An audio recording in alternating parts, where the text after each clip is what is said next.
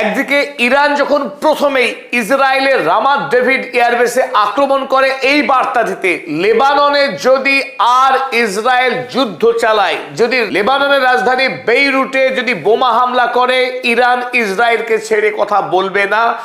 আর এই আক্রমণের মধ্যেই নতুন করে ইরান ইসরায়েলের যুদ্ধ আবারও শুরু হয়ে যায় ৩৯ দিনের সেই ভয়ঙ্কর যুদ্ধের পর। আমরা দেখলাম প্রথম হামলাতেই ইসরায়েল টার্গেট করেছিল ইরানের রাজধানী তেহরান, তাবরিজ এবং ইস্পাহান শহর। পরবর্তীতে ইরানের গুরুত্বপূর্ণ পেট্রোকেমিক্যাল প্ল্যান্ট মাশহারের উপরে আক্রমণ করে ইসরায়েল, আর তারই জবাবে প্রত্যাঘাত হানে ইরান পরবর্তী ওয়েভে।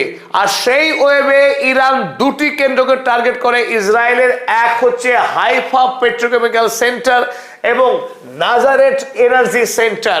এই দুই শহরের গুরুত্বপূর্ণ ফ্যাসিলিটির উপর আক্রমণ করে ইরান। ইরানের আইআরজিসি ৩৯ দিনের যুদ্ধের চেয়েও এই মুহূর্তে আরো অনেক বেশি শক্তিশালী। গত যুদ্ধে আমেরিকা এবং ইসরায়েলের বিরুদ্ধে ইরান সেইভাবে আকাশ প্রতিরক্ষা ব্যবস্থা কিন্তু তৈরি করতে পেরেছিল না, ফলে ইরানের আকাশ সীমার মধ্যে ঢুকে ধারাবাহিকভাবে আমেরিকা এবং ইসরায়েলের ফাইটার জেট বোমা বর্ষণ করেছিল ইরানের উপরে। কিন্তু এবার আমরা তাৎপর্যপূর্ণ পরিবর্তন দেখলাম। ইসরায়েল সাহস করছে না খুব একটা ইরানের আকাশ সীমাতে প্রবেশ করতে, ফলে ইরান থেকে বহু দূরে আকাশ থেকেই ফাইটার জেট হতে তারা ক্ষেপণাস্ত্র নিক্ষেপ করছে ইরানের গুরুত্বপূর্ণ সব শহর এবং গুরুত্বপূর্ণ প্ল্যান্টগুলির উপরে। ইরানের পক্ষে IRGC Islamic revolutionary guard corps তারা জানিয়েছে it attacked a chemical plant in Israel's Haifa in retaliation. ইরানের পক্ষে ইসরায়েলের হাইফাতে অবস্থিত পেট্রোকেমিক্যাল প্ল্যান্টে আক্রমণ করা হয়েছে, সে কথা আইআরজিসি অফিসিয়ালি জানিয়েছে।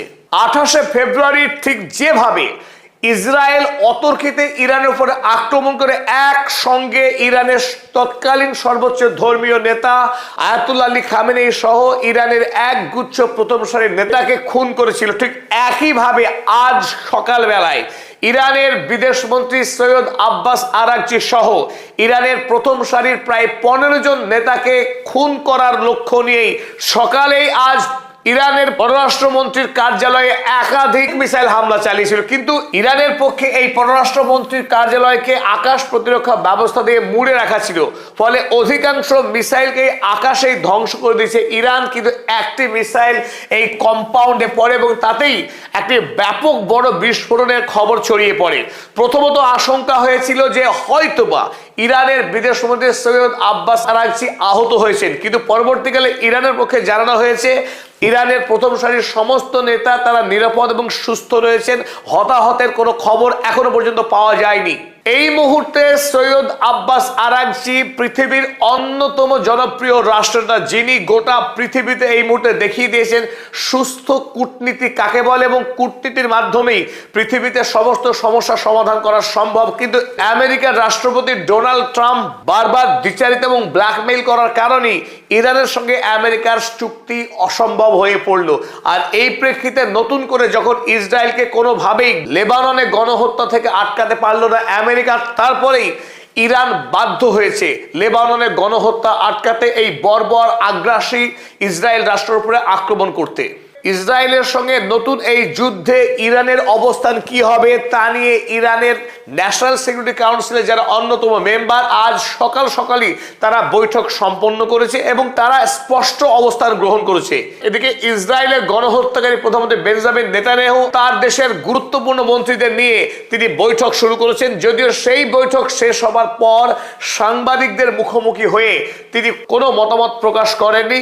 কিন্তু আশঙ্কা করা হচ্ছে ইসরায়েল একটি দীর্ঘমেয়াদী ধ্বংসাত্মক যুদ্ধের প্রস্তুতি নিচ্ছে, আর তার ইঙ্গিত মিলেছে একদিকে স্মোটরিচ, অন্যদিকে বেন গেভিরের কিছু মন্তব্য থেকে। ইসরায়েল's finance minister Smotrich is expected to argue that Israel should retaliate in Lebanon. ইসরায়েলের অর্থমন্ত্রী স্মোটরিচ তিনি এই গুরুত্বপূর্ণ বৈঠকে প্রবেশ করবার আগেই বাইরের সাংবাদিকদের জানিয়েছেন যে তিনি এই যুক্তি দেবেন বৈঠকে ইরানের বিরুদ্ধে তারা যুদ্ধ করবে লেবাননে, তারা প্রত্যাঘাত করবে লেবাননকে, rather than directly against Iran for every Iranian attack. ইরানের সঙ্গে সরাসরি কনফ্লিক্ট না চালিয়ে গিয়ে তিনি বরং লেবানন যেহেতু সফট টার্গেট, লেবাননের উপরে আক্রমণ চালিয়ে যাওয়ার পক্ষে সওয়াল করবেন বলে জানিয়েছিলেন। তবে ইরানের এক্সপিডিয়েন্সি কাউন্সিলের অনারেবল চেয়ারম্যান সাদিক লারিজানি তিনি আজ ইরানের পক্ষে জানিয়েছেন, যদি ইসরায়েল অ্যাক্সিস অফ রেজিস্ট্যান্সের কোনো মেম্বার রাষ্ট্রকে আক্রমণ করে, তার উপর যদি অত্যাচার চালিয়ে যায়, সেই দেশের ল্যান্ড যদি কেড়ে নেওয়ার চেষ্টা করে ইসরায়েল, ইরান তাকে ক্ষমা করবে না, সেই দেশের বিরুদ্ধে ইরান যুদ্ধ চালিয়ে যাবে। আর এই লক্ষ্যেই ইরান গত রাতে অপারেশন নাসির শুরু করেছে ইসরায়েলের বিরুদ্ধে, যাতে লেবাননে ইসরায়েলি আগ্রাসন বন্ধ হয়। ইরান এতদিন ধরে যে আত্মরক্ষামূলক সামরিক নীতি অনুসরণ করত, সেই নীতিতে বড়সড় পরিবর্তন এনেছে এই এক্সপিডিয়েন্সি কাউন্সিল।